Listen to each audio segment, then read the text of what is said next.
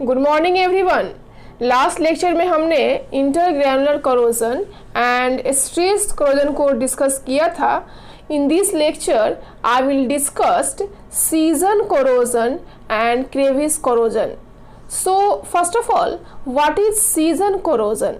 It is a type of corrosion which occurs in brass, especially in the presence of moisture and traces of ammonia.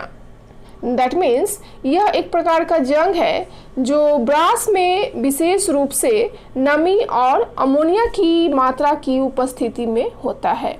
That means यह brass या कह सकते हैं कि पीतल में विशेष रूप से यह जंग जो है वो जनरली पाया जाता है और इसका जो प्रेजेंस है वह मॉइस्चर और अमोनिया के निशान की उपस्थिति में होता है। और जनरली यह देखा गया है कि प्योर कॉपर दैट इज शुद्ध तांबा स्ट्रेस कोरोजन के लिए ससेप्टिबल नहीं है। दैट मीन्स शुद्ध तांबा या कह सकते हैं कि प्योर कॉपर स्ट्रेस कोरोजन के लिए अति संवेदनशील नहीं है। But zinc, aluminium, silicon, antimony, arsenic and phosphorus जैसे मिश्र धातु दैट इज एलॉइंग एलिमेंट्स तत्वों की थोड़ी मात्रा के परिणाम स्वरूप मार्क्ड सेंसिटिविटी पर इंटरग्रैनुलर अटैक होता है। सो ब्रास के मामले में या कह सकते हैं कि in case of brass cracking की ससेप्टिबिलिटी बढ़े हुए जिंक कंटेंट के साथ बढ़ जाती है। दैट इज ब्रास के मामले में क्रैकिंग की संवेदनशीलता बढ़े हुए जिंक कंटेंट के साथ बढ़ जाती है। That is, the susceptibility to cracking in the case of brass increases with the increased zinc content. Now, zinc and copper are known to be very active electrochemically in ammonia solutions to form stable complex ions. That is, stable complex ions बनाने के लिए ammonia के solution में zinc and copper को that is zinc and copper को बहुत active रूप से जाना जाता है और यह धातु की शुरुआत के डिसोल्यूशन का कारण बनता है। दैट इज किसी धातु के विभाजन का कारण बनता है। That means this causes the dissolution of metal initiating fissures that is splitting of a metal. And the fissures in the presence of high tensile stress result in the formation of crack. That is, उच्च तन्यता तनाव that is high tensile stress के presence में fissures दरार के formation का result है। Now, it has been observed that caustic embrittlement of steel exposed to solution containing sodium hydroxide is another well-known example of season cracking. That means generally यह देखा गया है कि सोडियम हाइड्रोक्साइड युक्त स्टील के caustic उत्सर्जक के संपर्क में आने से भी सीजन क्रैकिंग का फॉर्मेशन होता है। So, in this case, a slight amount of sodium hydroxide is added in water softening to precipitate calcium and magnesium. That means sodium hydroxide की थोड़ी मात्रा को कैल्शियम एंड मैग्नीशियम को प्रेसिपिटेट करने के लिए पानी में सॉफ्ट किया जाता है। And precipitation is a process by which any metal in solution is made to separate as a solid and settle at the bottom of the containing vessel. But however, boiler में पानी के evaporation that is boiler में पानी के वाष्पीकरण के कारण sodium carbonate that is sodium carbonate की कंसंट्रेशन बढ़ जाती है जो हाइड्रोलाइसिस को प्रमोट करती है। But what is hydrolysis? We know that polymers are broken down into monomers in a process known as hydrolysis.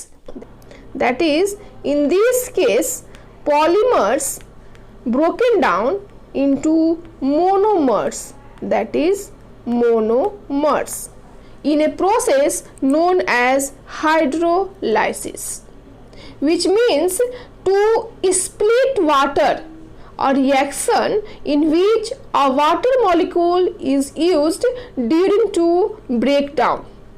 So during these reactions the polymer is broken into two components.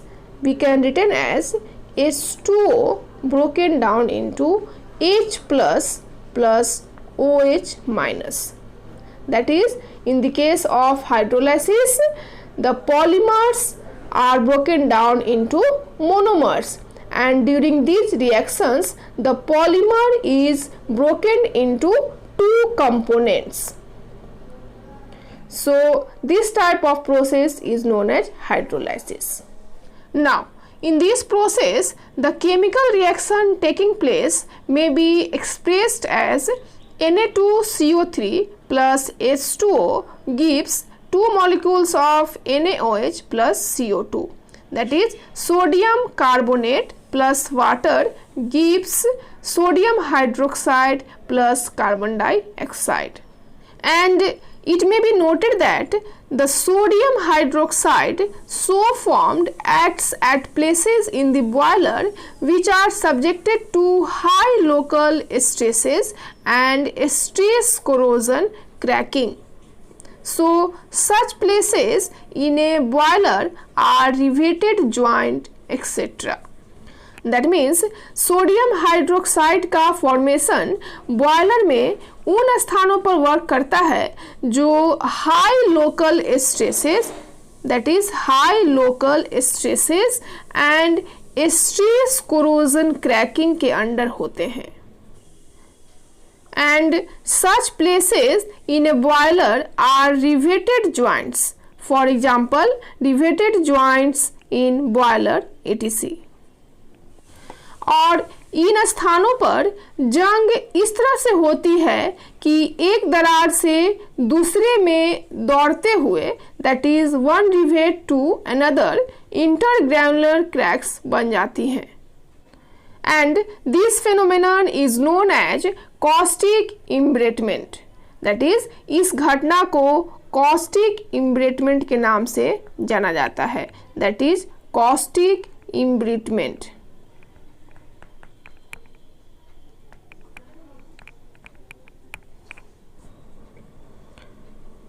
So इस तरह से season corrosion को मैंने discuss किया। Now, what is crevice corrosion? It is a type of corrosion which occurs in cracks or crevices formed between matting surfaces metal assemblies and takes the form of pitting or yeast patches. That means यह एक प्रकार का corrosion है, या कह सकते हैं कि यह एक प्रकार का क्षरण है जो मैटिंग सरफेस मेटल असेंबलीज के बीच बनी क्रैक्स और क्रेविसेस में होता है और थैली और नकाशीदार पैच, या कह सकते हैं कि पिटिंग और ईस्ट पैचेस का रूप ले लेता है। आप इस फिगर में देख सकते हो कि यहाँ पर जो है वो क्रेविस कोरोजन दिखाया गया है। दैट इज यह जो है वो मैटिंग सरफेस मेटल असेंबलीज के बीच बनी क्रैक्स या कह सकते हैं कि क्रेविसेस में होता है और थैली या नकाशीदार पैच या कह सकते हैं कि पिटिंग और ईस्ट पैचेस का रूप ले लेता है। और मैटिंग की सरफेस सिमिलर मेटल, एक धातु और एक नॉन मेटल या डिसिमिलर मेटल हो सकती है। एंड ऑल्सो क्रेविस कोरोजन भी scale and surface deposits that is पैमाने और सतह के जमाव के तहत हो सकती है। फॉर एग्जाम्पल फिटिंग वाशर्स और गैस्केट के नीचे। आप इस फिगर में देख सकते हो कि यहाँ पर क्रेविस कोरोजन को दिखाया गया है।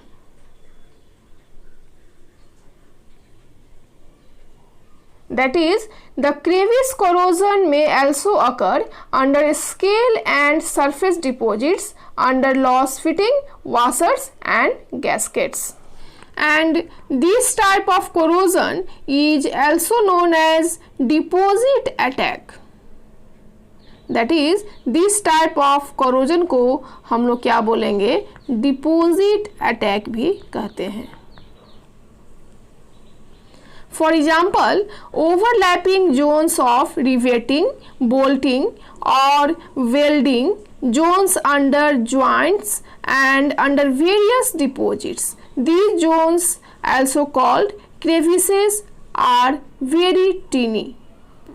So this type of corrosion is also known as deposit attack. That is deposit attack. And इस फिगर में आप देख सकते हो कि यहाँ पर डिपॉजिट के फॉर्म में जो कोरोजन है वो डेवलप्ड हो रहा है। That is overlapping zones of riveting, bolting और welding zones under joints and under various deposits. So इस तरह से आज के लेक्चर में मैंने season corrosion and crevice corrosion को डिस्कस किया। In next lecture, I will discuss fatigue corrosion and erosion corrosion. So I hope आपको आज का लेक्चर पसंद आया हो। So thank you so much for watching this lecture. Thank you.